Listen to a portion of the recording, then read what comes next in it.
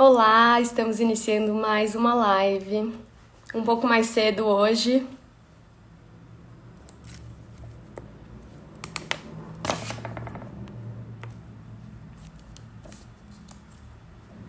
Olá.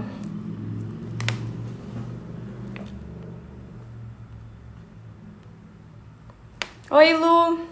Que saudade. Oi, Roberto.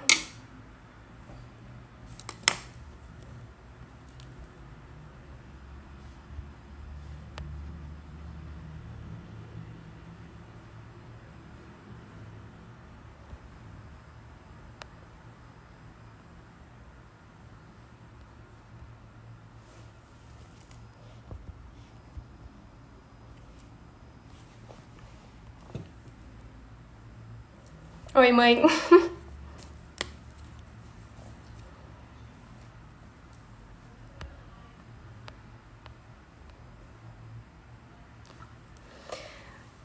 Bom, gente, nosso convidado de hoje acabou de entrar.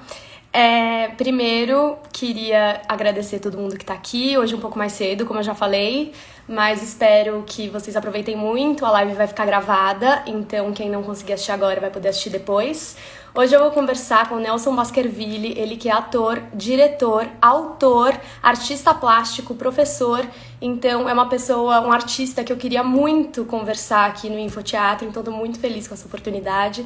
Já vou chamar ele porque tenho muitas perguntas pra fazer. Oi,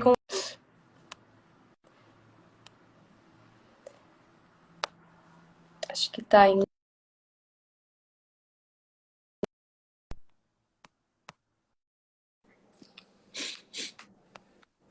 Vamos ver se vai. Oi, Oi. tudo Oi. bom? Tudo bem, Natália? Conseguimos! Tudo certo? Conseguimos. É sempre uma tensão eu entrar, É, assim, como entrar? Não é um exatamente. botão, né, que você aperta, né? Exatamente. E eu sempre no início da live fico aqui, oi, gente. Sabe, uma tensão, assim, Aham. será que a pessoa vai vir? Será que não? Primeiro, eu queria te agradecer muito mesmo por você estar aqui. Eu queria há um tempo já conversar com você, porque eu queria te fazer. Eu sempre, de alguma forma, faço as mesmas perguntas, de formas diferentes, claro, para cada pessoa que eu converso aqui no Infoteatro. E eu queria muito te perguntar algumas dessas perguntas e saber a sua opinião e ter esse registro. Então, queria te agradecer e acho que é muito importante para minha geração, assim, sabe, ter essas suas palavras registradas. Então, Fico muito feliz. obrigada. É. Fico muito feliz, Natália. Ah, que bom. E eu queria começar perguntando do seu início, né, do seu primeiro contato com o teatro. Como, assim, a partir da sua vida pessoal e da sua infância, você foi conduzido ao teatro? Como foi esse Que processo? legal. Que pergunta bacana. Eu vi que o Daniel Gardini está aqui. Beijo, beijo, Dani. Olha, eu acho, o Schopenhauer, ele tem uma coisa escrita, né? Que ele fala que a vida aparentemente não tem nenhum sentido, né? Mas quando você olha para trás, você vai perceber que está tudo encaixado como se tivesse sido um roteirista que tivesse escrito aquilo, né? Então, ao longo da minha vida, eu completei 40 anos de profissão, né? O ano passado. E então, ao longo da vida, eu fui revendo sempre esses meus sinais, né? De que era aqui que esse era o meu lugar, né? No mundo. Mas eu fiz eu fazia já o cursinho para direito, né? Em Eu fiz direito. 78. Ah, é? Eu fazia. Então, estava fazendo cursinho porque eu não achava que ser ator fosse uma profissão.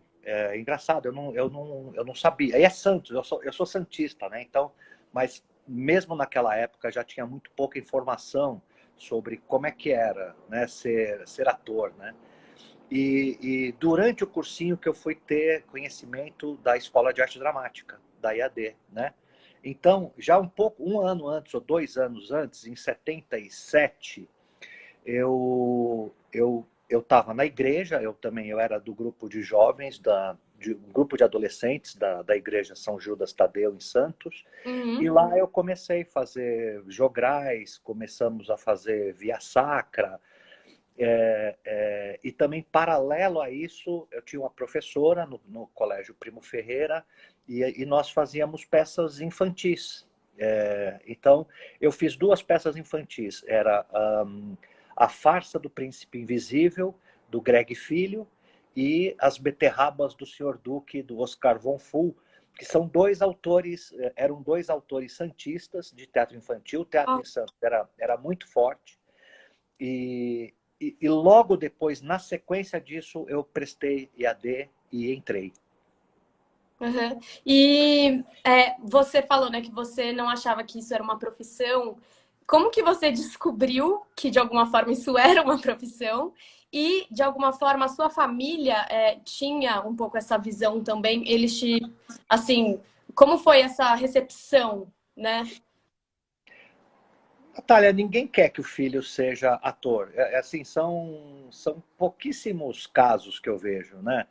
Parece que o pai do Laurence Olivier é, é, obrigou a ser ator, né? Ele queria ser pastor, né? Nossa! E ele foi obrigado a ser ator porque era uma honra na Inglaterra ter um ator na família. Na minha casa foi ao contrário.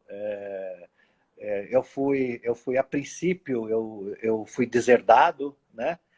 Informalmente pelo meu pai, e comecei a trabalhar aqui, já também para levar a EAD. Eu já trabalhava, eu trabalhei na lanchonete da Casa do Politécnico, do cursinho Politécnico, né?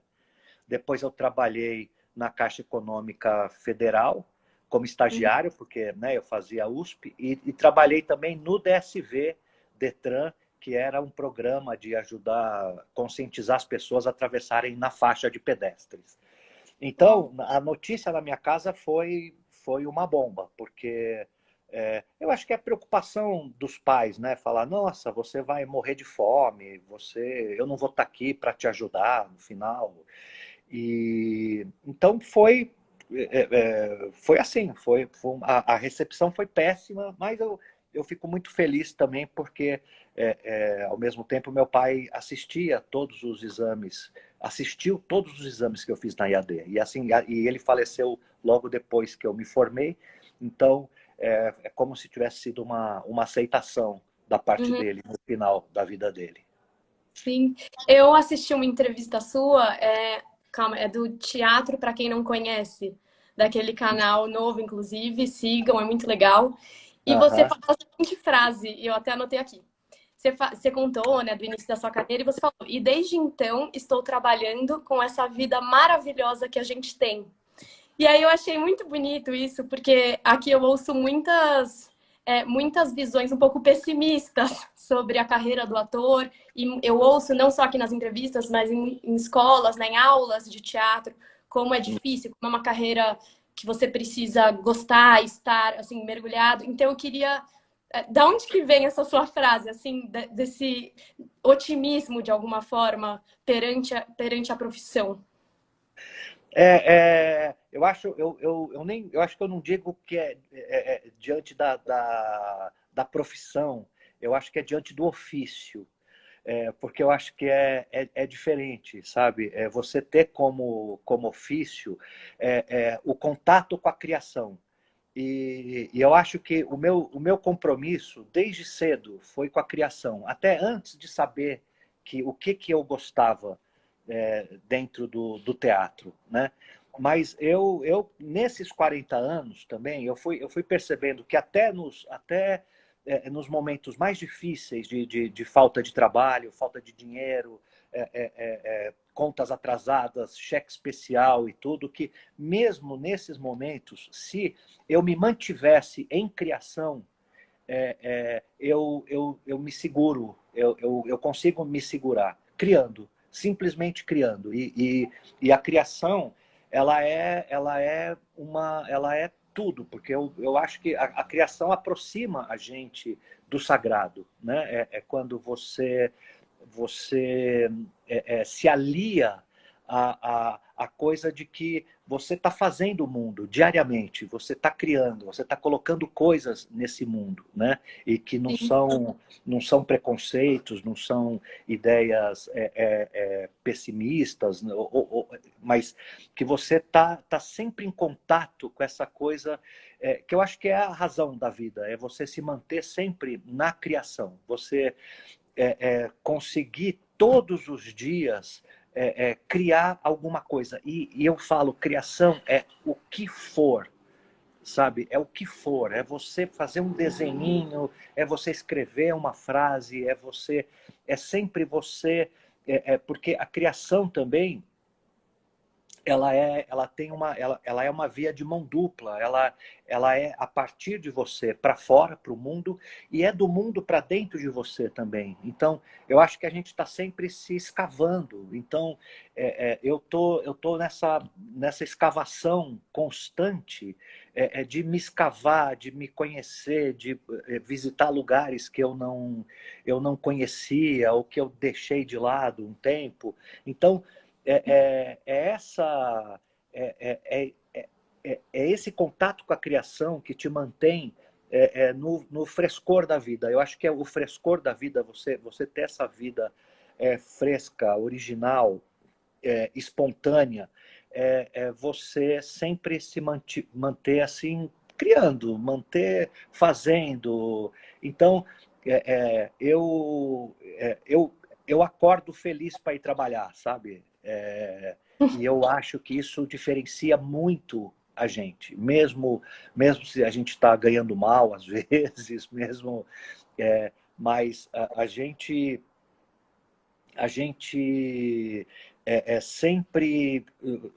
sempre tá junto com aquilo que nos faz estar aqui. Quando a gente, Matheus Solano está aqui, querido, um beijo para você. Olá.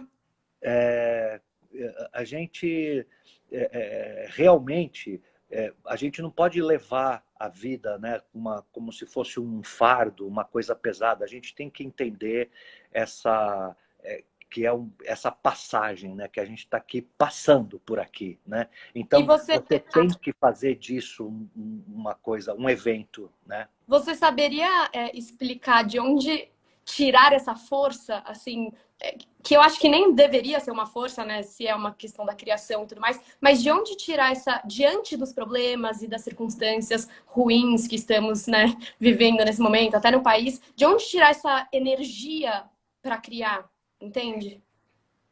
Até disso, né? Eu gosto muito de ver luta de sumô. Aliás, faz muito tempo que eu não vejo, mas eu adoro ver a luta de sumô, né? Que são aquelas pessoas muito grandes, né? Pesadas e tudo. E você vê que não é a força que importa ali, né? É o jeito, né? E é você aproveitar a força daquilo que você recebe, né? É você transformar uma força contrária em força positiva, né? E eu não sou místico, tá? Então eu não tenho essa Sim. coisa de viver sempre no positivo. Não, eu emburaco e tudo, mas tudo que vai acontecendo para mim é eletricidade. Para mim é energia, sabe? Mesmo às vezes a energia ruim, ela pode ser transformada e se você está em criação. Então, eu acho que sempre o momento do ensaio para gente, nossa, é o momento onde eu falo, nossa, eu não queria estar em outro lugar no mundo. Esse é o lugar que eu queria estar, porque é ali, você está sentado ali com outras pessoas e a gente está criando, nós estamos inventando, né? Então, Sim. eu acho que o foco é esse, né? Então, por exemplo, esse senhor Porciúncula, que agora está querendo destinar, claro, eles querem ser notícia, né? Mas também vai ser notícia para lá no campo deles, né? Não no nosso da cultura, né? Exatamente. Mas isso gera eletricidade em mim. Então, um secretário de cultura que está propagando armas e que está querendo que a verba da cultura vá para o campo de armas e tudo, ele gera uma energia, até tirando a ideia de que nós mamamos nesse dinheiro e tudo, porque apesar de eu achar que a cultura é uma questão de Estado, eu acho que o Estado é responsável, tem que ser responsável pela cultura, assim como pela saúde e pela educação. Mas do meu lado é transformar isso em energia. Eu tô agora dirigindo um espetáculo na Escola de Arte Dramática que chama Ostinato, né? É a formatura de uma turma, da turma 70 da Escola de Arte Dramática, que eu estou muito feliz porque eu estou voltando à escola onde eu me Nossa, formei. imagina. Então, tudo isso, eu passo o dia acumulando coisas que eu sei que eu vou chegar lá, eu vou trocar com essas pessoas e vou transformar isso em energia criativa e espetáculo.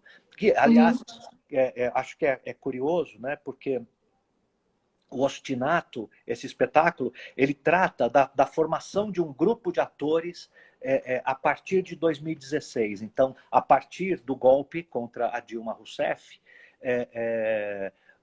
como que foi essa formação desses atores que passaram pelo golpe contra a Dilma, a eleição desse presidente, Covid, né, aulas online. Então, o espetáculo ele tenta dar conta criativamente desse período conturbado que a gente está passando. Sim, não, e muito interessante você falar isso, porque minha próxima pergunta era para dizer mais ou menos isso, que assim, você foi educado durante a ditadura militar, né? Então, sua educação se deu neste período horroroso. E o conhecimento hoje, e tem a ver, acho que com essa formação, né, que você estava falando dos atores da peça, por exemplo, se dá um pouco nesse período, né, que você falou, de 2016, numa era da desinformação, né, também, e Uhum. desse caos, assim, desse fundo do poço, que é outro tipo, né, de fundo do poço, mas tão, não sei se tão ruim quanto, né, eu não posso dizer, mas que eu imagino que seja, assim, quase não comparável, mas é tão ruim quanto, em outro sentido, né? Então, eu queria te perguntar isso, assim, como você vê tanto teatro quanto conhecimento diante desse período e diante dessas novas gerações que estão por vir e estão aí se formando? Uhum. Olha só, não, não é muito diferente, porque se eu tivesse nascido uns 5 anos antes, uns 6 anos antes, eu teria vivido o golpe militar. Uhum. Então, o que aconteceu? O golpe de 64, eu tinha 3 anos de idade, eu comecei a entender o que estava acontecendo já com 15 anos. Então eu peguei o arrefecimento do golpe, mas ainda era golpe, né? Nós ainda fazíamos espetáculo, quando você ia estrear um espetáculo, nós fazíamos espetáculo para o censor. Então, antes de estrear, nós tínhamos que fazer o espetáculo para o censor, para ele aprovar ou não o espetáculo que a gente ia apresentar, né? Mas toda a minha geração foi uma geração protegida disso, porque os nossos pais tinham muito medo, né? Uhum. Então, de certa forma, nós fomos eu sou de uma geração alienada do golpe, né? Mas o que eu acho, e o que eu falo um pouco da criação, foi muito o tipo de brinquedo que eu tinha, porque os meus brinquedos eram muito imaginários, e eu acho que isso também, as crianças dessa época tinham uma coisa muito mais de mexer muito mais com o imaginário, Um porque as coisas lúdico. era com o lúdico, porque era tudo menos concreto, né? Por exemplo, não tinha peça infantil na minha época, né? Não tinha, é, é, como se diz também na geração da Inglaterra, pré-Segunda Guerra, né? criança, não existe criança, né? Criança é alguém que vai virar adulto, só isso, é só uma passagem. Então não existe infância, né? Então a infância é alguém que não conta, é um café com leite, Então, eu acho que nós fomos, eu fui protegido disso e a forma como eu fui vendo as poucas coisas que iam acontecendo, eu sinto que eu sempre fui sublimando, eu sempre ia criando um mundo próprio, um universo próprio, e eu sempre fui brincando, né? E assistindo e lendo muita coisa. Eu acho que a nossa essência, ela precisa se manter, é o jeito que um ator, um artista se mantém vivo, vendo as obras de outros artistas, lendo as obras de outros artistas, assistindo, conversando, falando, porque o mundo hoje, ele leva a gente para não comunicação ou para comunicação superficial, né? O Instagram é tudo uma comunicação superficial, rápida, né? Que quando a gente... na minha época, eu tinha uma amiga que falava assim, como na sua época? Sua época é agora, né? Mas na época da minha juventude, as coisas não eram tão fáceis assim. Então, nós íamos buscando essa informação. Mas essa informação continua hoje. Existem tantos livros quanto daquela época, até mais, os filmes e tudo. Então, eu acho que é muito importante que a gente desenvolva a nossa identidade artística. Então, se há algo que eu quero passar na escola de arte dramática hoje, é que esses atores que serão os atores do futuro, que eles descubram a identidade artística, que às vezes ela não anda junto da sobrevivência artística, nem sempre anda junto, mas é o que eu sempre falo, se você se mantém na criação, a sobrevivência vai chegar. Você precisa acreditar que essa sobrevivência vem. Mas, quando você torna a sobrevivência, você coloca ela na frente da criação, você já não assiste nada, você não lê nada, você só quer saber de fazer contatos. Né? Tudo é contato, tudo é job e tudo. Então, aí eu acho que a gente transforma a nossa profissão, que é uma coisa, o nosso ofício, que é uma coisa sagrada, transforma num comércio.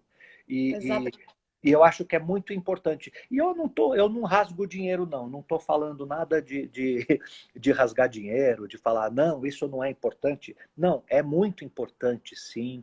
É muito importante trabalhar com algum conforto, é muito bacana. Mas nem sempre, não é sempre que você cria nas condições mais confortáveis que existem. Né? Então, eu acho que é isso. Para os alunos hoje, a única coisa que eu acho que esses alunos hoje, essa geração sofreu, foram agora 2 anos de um período muito importante na vida, que é o começo de uma faculdade, o começo de uma escola, você passar online. Mas eu acho que tem como recuperar. Né? Isso, daqui a 50 anos, esses 2 anos não vão ser nada. Né? Eu me arrependi um pouco de falar que eu acho que são momentos comparáveis, né? O momento da sua formação quanto da minha geração nesse momento. Só que eu acho importante voltar nisso, sabe? E de entender, assim, quais as diferenças e similaridades desses momentos. Acho que é isso que eu queria dizer. E que aí eu me coloquei um pouco, mas eu acho muito importante a gente revisitar, né? Porque eu sinto que vou falar de mim, né? Não da minha geração, porque isso é generalizar demais. Mas, assim, muitas vezes eu esqueço que teve uma história, né? E eu acho que eu acho que o mundo nasceu comigo, a partir de agora, e também o teatro, né? Então, aos poucos, durante a pandemia, eu fui conversando com artistas mais velhos, tentando rever essas histórias, e isso que pode, de alguma forma, criar uma base para nós, né? Assim, para continuar. Então, por isso que enfim, sempre muito bem-vindas em conversar sobre essas carreiras, né, que apesar de terem começado antes, ainda estão hoje, né? Vocês Sim. ainda são este tempo, né? E serão aí por muitos e muitos anos. E Uhum. diante assim do teatro hoje, da classe artística, de alguma forma, se é que podemos usar esse termo, como que você entende assim esse não sei se podemos usar essa palavra, mas esse mercado do teatro, vamos falar agora de São Paulo mais, né, que acho que é onde estamos circulando. Como você vê isso? E eu queria saber se você acha, se você concorda que existem várias bolhas, assim, que é muito difícil de... É muito difícil também os jovens atores, como entrar nisso? Olha, eu acho que pode até ser uma visão simplista disso, mas a minha época era bem difícil, mas eram menos atores, era menos gente que fazia, né? Hoje são muito mais atores, porém tem muito mais campo. Imagina, só agora o que as séries abriram, as séries estão abrindo para oportunidades de trabalho. Eu faço um trabalho que eu amo, que é criação de voz original para desenho. É, que acho que não existia isso, porque também acho que não existia desenho brasileiro. Uhum. Então, eu acho que a coisa também abriu bastante. Eu vejo bem essa questão das bolhas, até porque hoje eu acho que eu sou uma bolha, né? Eu tenho a minha bolha, né? Mas foi uma bolha também que foi criada, ela veio vindo, né?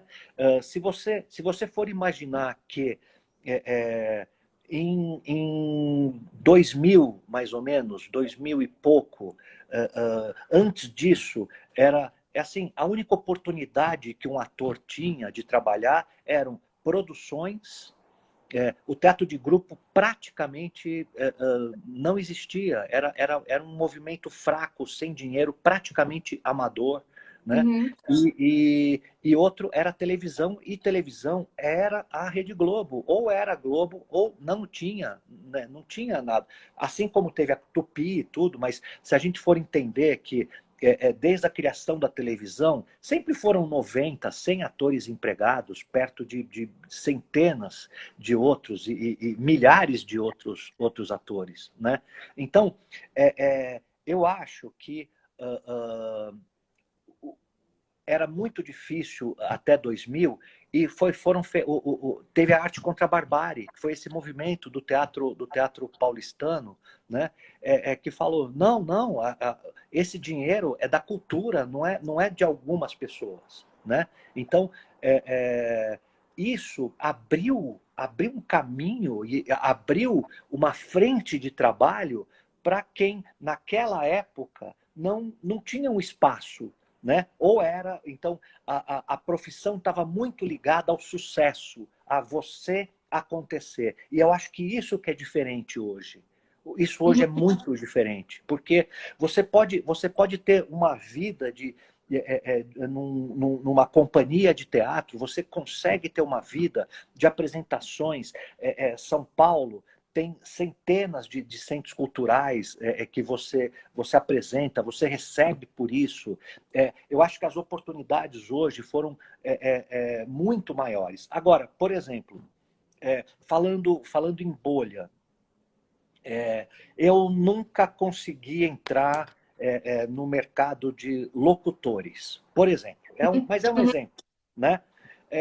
Mas, assim, eu acho que se acontecesse locução para mim, ia ser legal, que bacana e tudo. Mas eu nunca quis muito entrar nesse lugar, sabe? Então, e se eu quisesse, assim como também eu tenho pessoas, amigos e tudo, que criaram o Clube da Voz, também, Sim. há uns 15, 20 anos atrás, eram pessoas que queriam furar essa bolha e, claro, acabaram formando outra bolha.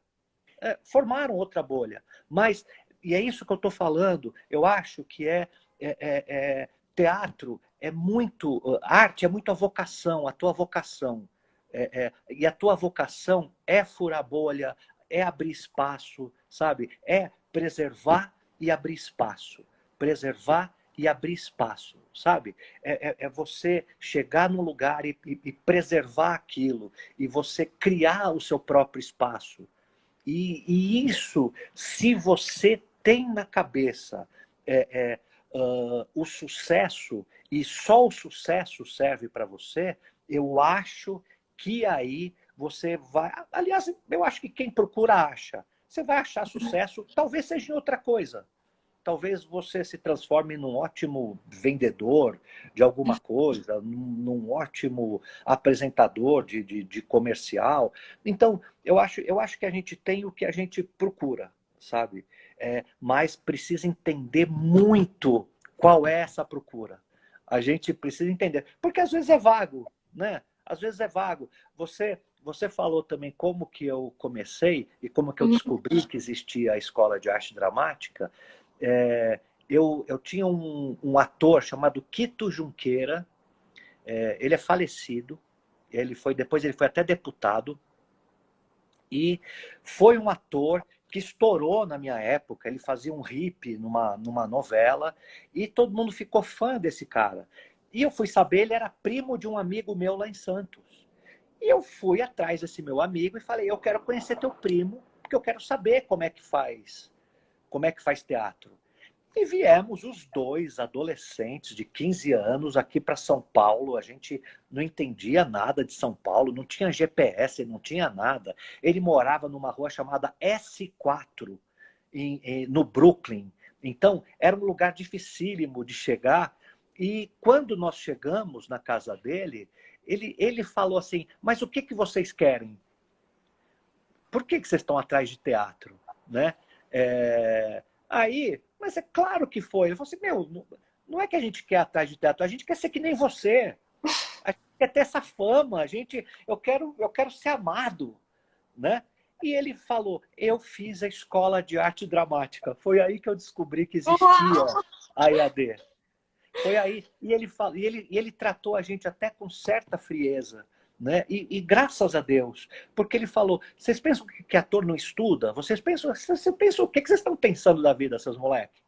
Sabe? E foi aí que eu entendi que existia uma escola, e a partir também da minha entrada na escola, que eu descobri um mundo, que é uma outra coisa que é importante falar, Natália, a dramaturgia forma.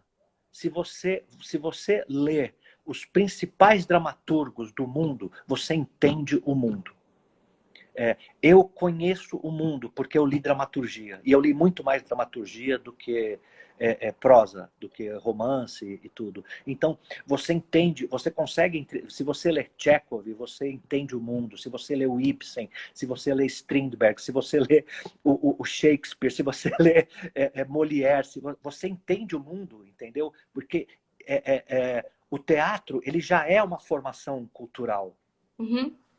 Então, se você está pegado nisso, se é isso que te fascina, pronto, acabou, acabaram, seus problemas terminaram. Ufa!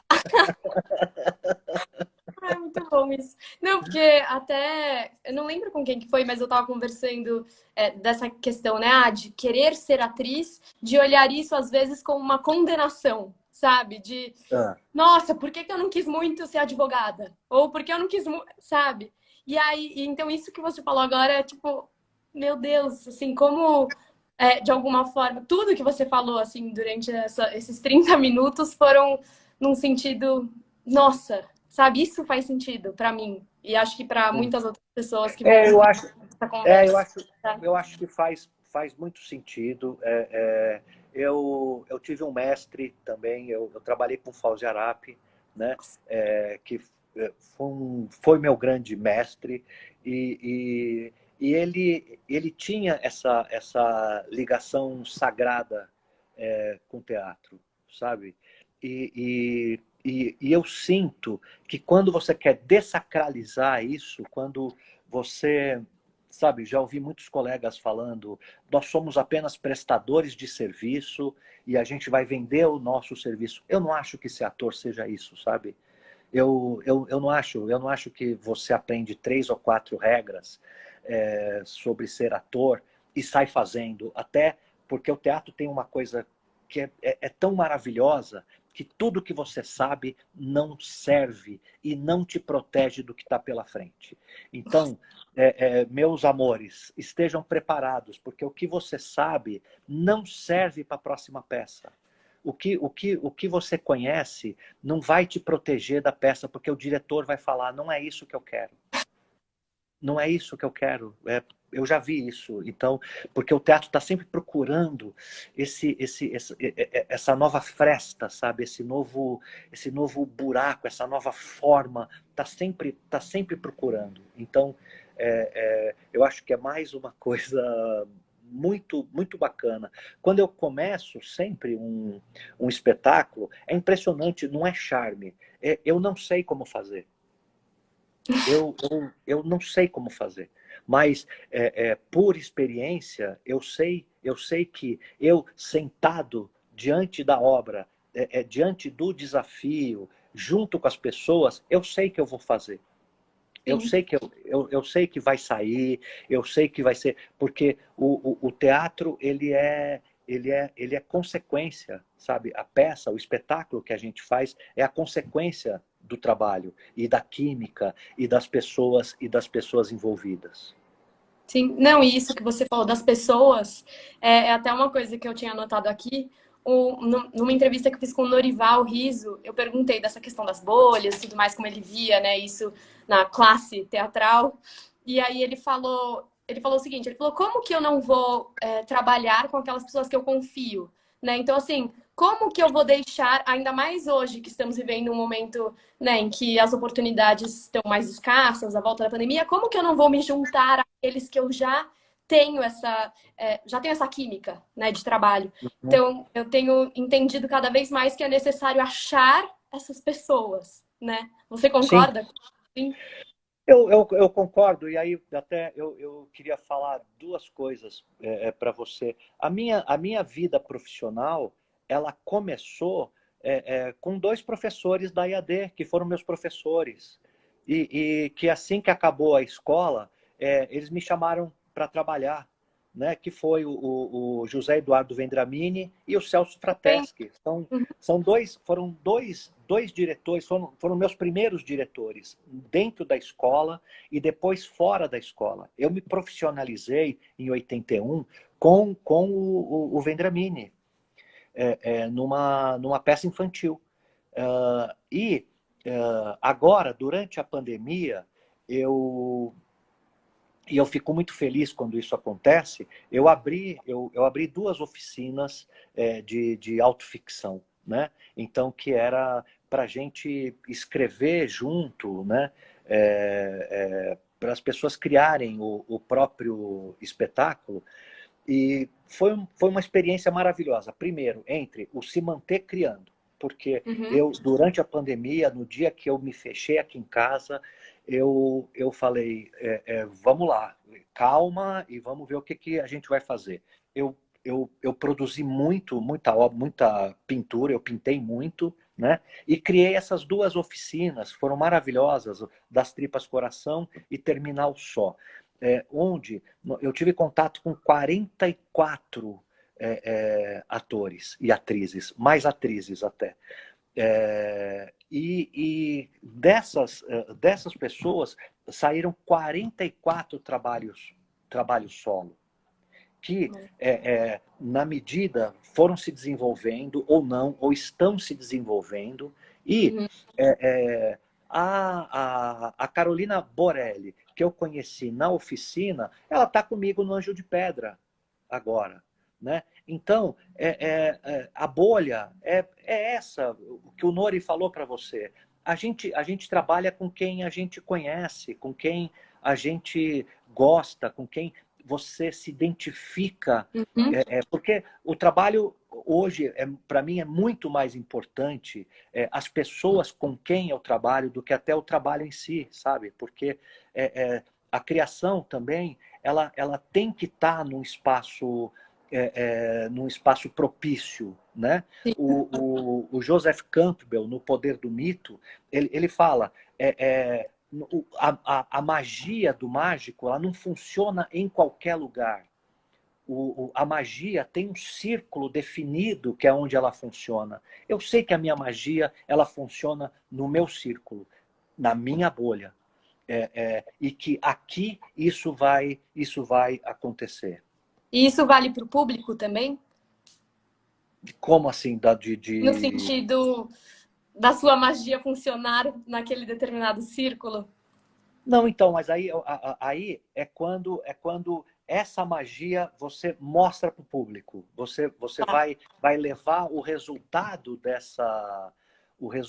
disso para a plateia, né? E eu acho lindo, eu fico também muito feliz porque eu fiz uma carreira também como diretor, né?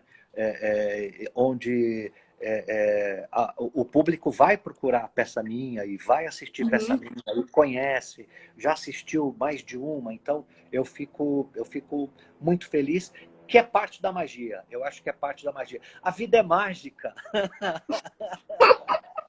Apesar de Eu, tudo, ela é. eu adoro falar que assim eu sou praticamente agnóstico, né? Eu sou um ateu que reza Pai Nosso, e acredito em anjo, né? Eu acredito em anjo.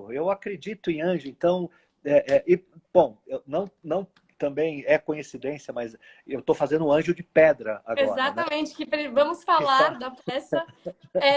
Estava ansiosa para chegar esse momento. Eu ainda não assisti a montagem, pretendo ir nas tá, próximas semanas com certeza. E queria tá. saber como começou esse processo, de onde surgiu essa vontade de montar esse texto do Tennessee Williams, para quem não conhece.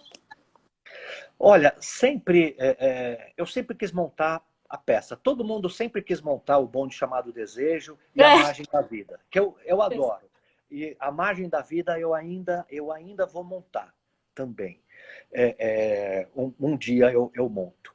Mas eu sempre gostei mais do Anjo de Pedra, porque eu tratei muito isso agora na psicanálise, né?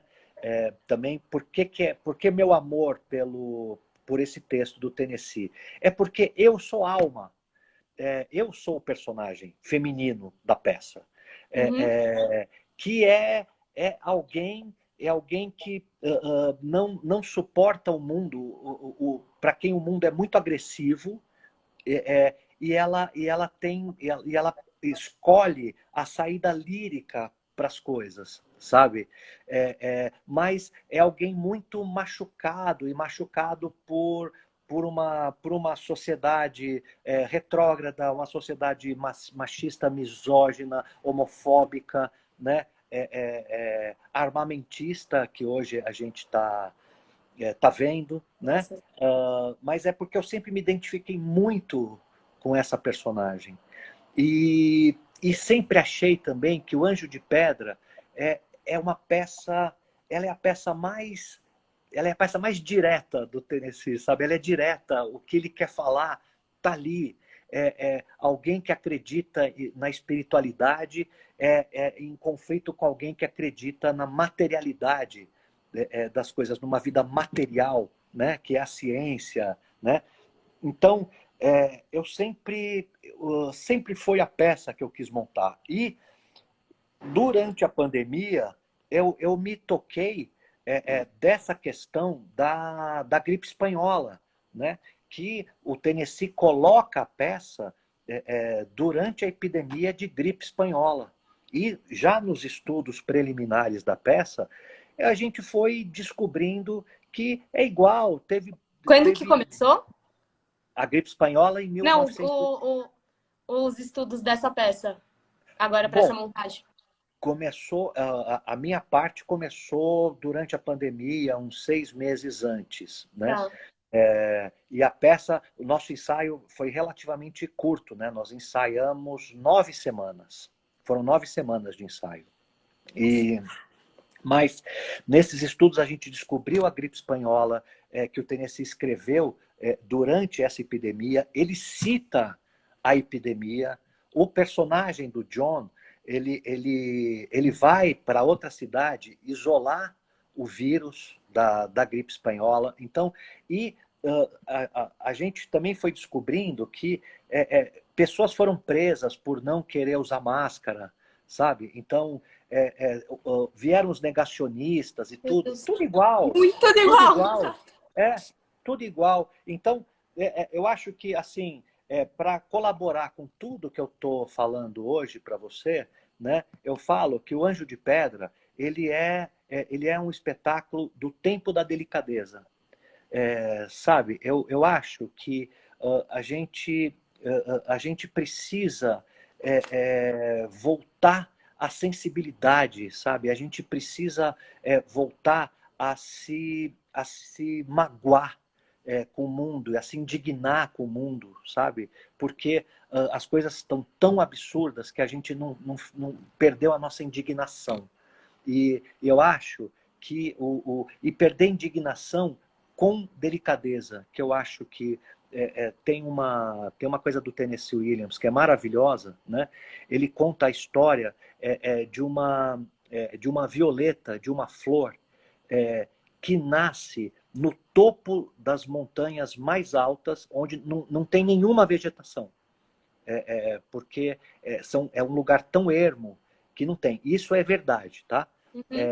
E essa violeta, ela nasce na terra, lá embaixo nessa montanha. E ela leva muitos anos para chegar a florescer só em cima da montanha. Porque ela vai rasgando a montanha. Ela rasga a pedra até chegar no topo. Então, o Tennessee fala que as violetas das montanhas podem romper as rochas. Então, ele falar que ele sabe que a arte, a sensibilidade pode, é uma arma também, porque a sensibilidade, a arte, ela quebra rochas. E eu acredito nisso na nossa função. Sim, é preciso ter essa esperança, né? E não uma esperança alienada, né? Que eu acho que essa é a grande questão, É, assim, né? Como. não pode. É, É isso, você tem que se manter, eu acho que você tem que se manter sempre provocado, sempre uhum. instigado, sabe, sempre intrigado, né? Como, por exemplo, como foi que nós chegamos nisso? E Né? esse pode ser o combustível da criação, né? Que você estava É, falando. Deve ser sim, esse o combustível, né? De alguma forma. eu acho, é aquilo que eu falo, tudo é combustível, né? O Uhum. lixo produz combustão, né? Tudo produz energia, né? Então, eu acho que nós como sendo um elemento do universo, como qualquer outro, como qualquer bicho, qualquer planta, qualquer árvore e qualquer pedra, qualquer grão de terra, né? Nós somos, a gente é também. Então, tudo aproveita a energia do mundo para se criar e se recriar. Né? Então, Sim. eu acho que nós somos parte disso também. Não sinto que nós humanos sejamos diferentes e que a gente só é um macaco que aprendeu a falar. Eu acho que é só isso. Sim. E como está sendo para você esse retorno, né, assim, ao teatro presencial? Como que você está sentindo esse momento, até com o público? Eu fui privilegiado, né? Porque eu já estreiei peça em dezembro, que eu estreiei o Uhum, Cock, do uhum. Mike Bartlett. E foi muito bacana. Fabrício Gerardi é meu sobrinho. Um beijo, Fafá. Então, eu estreiei o Coque e o que está acontecendo, que é uma coisa linda, parece também que o público sentiu falta da gente. Eu acho que até nós também falando, o público não gosta de teatro, o público tem muita opção. Mentira, o público está muito ávido de teatro. Eu acho que também não é à toa que estão sendo montados clássicos. Eu acho que a gente está com uma temporada maravilhosa. A gente está com uma temporada teatral, acho que uma das melhores que eu já vi. E são muito espetáculo bacana, espetáculos grandes. Uhum. Então, e com presença do público. O público acho que estava com muita saudade. Porque nada se compara à experiência do teatro. Não existe. Não existe nada que se compara, que é você presenciando um organismo vivo se mexendo, sabe? Um organismo criando ali na sua frente, onde as coisas podem dar errado. Então, quando você lê um livro, é uma experiência maravilhosa, mas o livro não vai mudar enquanto você está lendo. É uma E experiência individual. quando você percebe que o olhar do público modifica o espetáculo, assim como o olhar da plateia modifica o ator, você sabe que você está participando de uma experiência viva. Você está vivo. Então é maravilhoso. E eu acho que o público está muito, muito ligado no teatro. Nossa, que bom. Que bom ouvir isso. E você acha que os jovens também estão presentes assim no teatro, no público? Tem. Ou é? É incrível porque muita gente está indo ver Anjo de Pedra, vai falar com a gente dizendo é a primeira peça de teatro que eu assisto. Uau. Acho isso maravilhoso. Acho que, assim, nós não somos dinossauros. Eu acho que a gente não é, assim, um bando de gente fazendo teatro para a mesma gente. Tem gente que fala, né? E a gente faz teatro para o povo de teatro. Eu não acredito nisso. Eu acho que a gente faz para todo mundo e eu acho que tem uma nova também, existem novas plateias se formando e essa temporada forte que a gente tá passando hoje, porque quando você vai ver uma peça, você adora, você vai ver outra peça, você adora, você vai ver outra peça que você gosta e você acaba virando espectador de teatro. Uhum. Não, Então, total. E eu já ouvi essa frase várias vezes que é o teatro é para iniciados, né? E não para iniciantes. E aí eu fiquei me perguntando assim, ok, mas como tornar essas pessoas iniciadas, né? De alguma forma.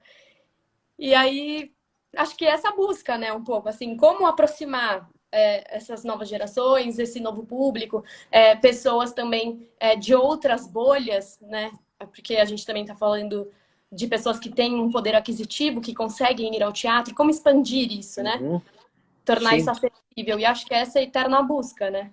Assim. Sim, então, e aí o que eu falei que é a importância da entrada do Estado. Elisa Otaki, uma diretora maravilhosa, está aqui. Um beijo, Elisa, meu amor. O que é importante são as campanhas teatrais também que sempre existiram. Natália, Uhum. sempre teve campanha de teatro, de ingressos para teatro, teatro subsidiado, sempre teve isso. Não é porque a gente mama, não é porque a gente gosta de subsídio, é porque acessa, a gente gasta muito para fazer, a gente tem um gasto financeiro enorme. Teatro é uma arte cara, né? Porque você paga todo mundo que está ali envolvido, você paga salários e tudo. Então, é muito importante que isso seja acessível. Por isso que eu falo que Estado é preciso desetilizar o teatro. Isso, Luiz. Mas o teatro é responsabilidade do Estado também. Assim como eu disse, educação e saúde é responsabilidade do Estado. Porque o teatro está ligado, né, à educação. Deveria Sim. estar, né? Denise Weinberg, um beijo, meu amor. Denise! Isso tá Ó, muito essa live estrelado tá bem aqui hoje. frequentada. Linda, né, Denise? A Denise Saudades. é uma Nossa, a atriz Denise fez uma live maravilhosa. É? que, assim, nossa, foi uma aula. Toda vez, né? Eu Trabalhamos, fico... a gente trabalhou junto no Sones, o construtor, com o Hã? Paulo Altran, no Grupo Tapa, viajamos o Brasil inteiro. Foi uma viagem que deu muito o que falar, não é, Denise? Eu vi esses dias o documentário do Paulo Otran, o Tolentino comentando dessa experiência, assim, como foi difícil. Uhum. mas como Sim, foi transformadora, né? Claro, na sim, carreira sim, de foi todos que linda. estavam lá. Estamos nos nossos minutos finais. Eu Tá? queria só falar assim que em vários momentos aqui eu vou ficando um pouco emocionada, tipo, nossa, porque. E não é num sentido romântico, de teatro. É também, um pouco, não vou Uhum, negar. Mas eu acho que eu vi, assim, tudo que você falou e com toda a experiência que você tem, foi muito importante. Muito mesmo. Então, queria te agradecer do fundo do coração por tudo que você uhum, disse, por todo mundo que esteve aqui. E queria uhum. finalizar com uma pergunta, que é o que o teatro te ensinou de mais importante para sua vida? Se você pudesse dizer uma coisa. Então, ensinou tudo. Ensinou tudo. É assim, o que eu falei quando você entra no mundo da dramaturgia, você aprende tudo sobre o mundo, porque somos nós que temos Shakespeare, sabe? Então, eu falo, eu conheci o Ibsen, o Strindberg, o Chekhov, o Shakespeare, o Molière, e tantos outros, o Nelson Rodrigues, o Plínio Marcos. Então, a dramaturgia, ela te prepara para o mundo. Então, eu acho que quando você está aqui, você aprende sobre o humano, você aprende sobre o mundo, o funcionamento do planeta. Eu acho que você entende tudo. O teatro me deu tudo. Nossa, lindo isso. Obrigada Eu por essa palavra. agradeço. E Um eu acho, beijo.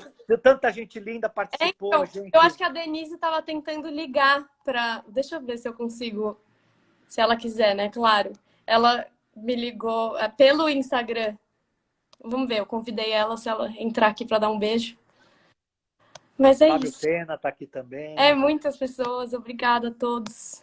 Marta. Marta assistiu agora o Anjo de Pedra. Acho que ela comentou aqui alguma coisa. E quais são as informações, só para quem está aqui e depois eu vou postar tudo mais? Anjo de Pedra é o Teatro Tucarena, sextas e sábados às 21 horas, domingos às 18 horas, até o dia 15 de maio. Corra! Agora nós já estamos nas últimas apresentações, tá? Caroline também assistiu a peça agora, Marlene foi minha aluna, foi minha aluna no Celeleno, um beijo, Marlene. Então, e corra, Fábio Pena também foi meu ator, Nossa, muito muitas pessoas legais. Marcelo. Gente, Letícia fez Pink Floyd comigo, É, adoro. Eu fiz um espetáculo que era um disco do Pink Floyd. Era um disco, a gente fez a dramaturgia do The Dark Side of the Moon.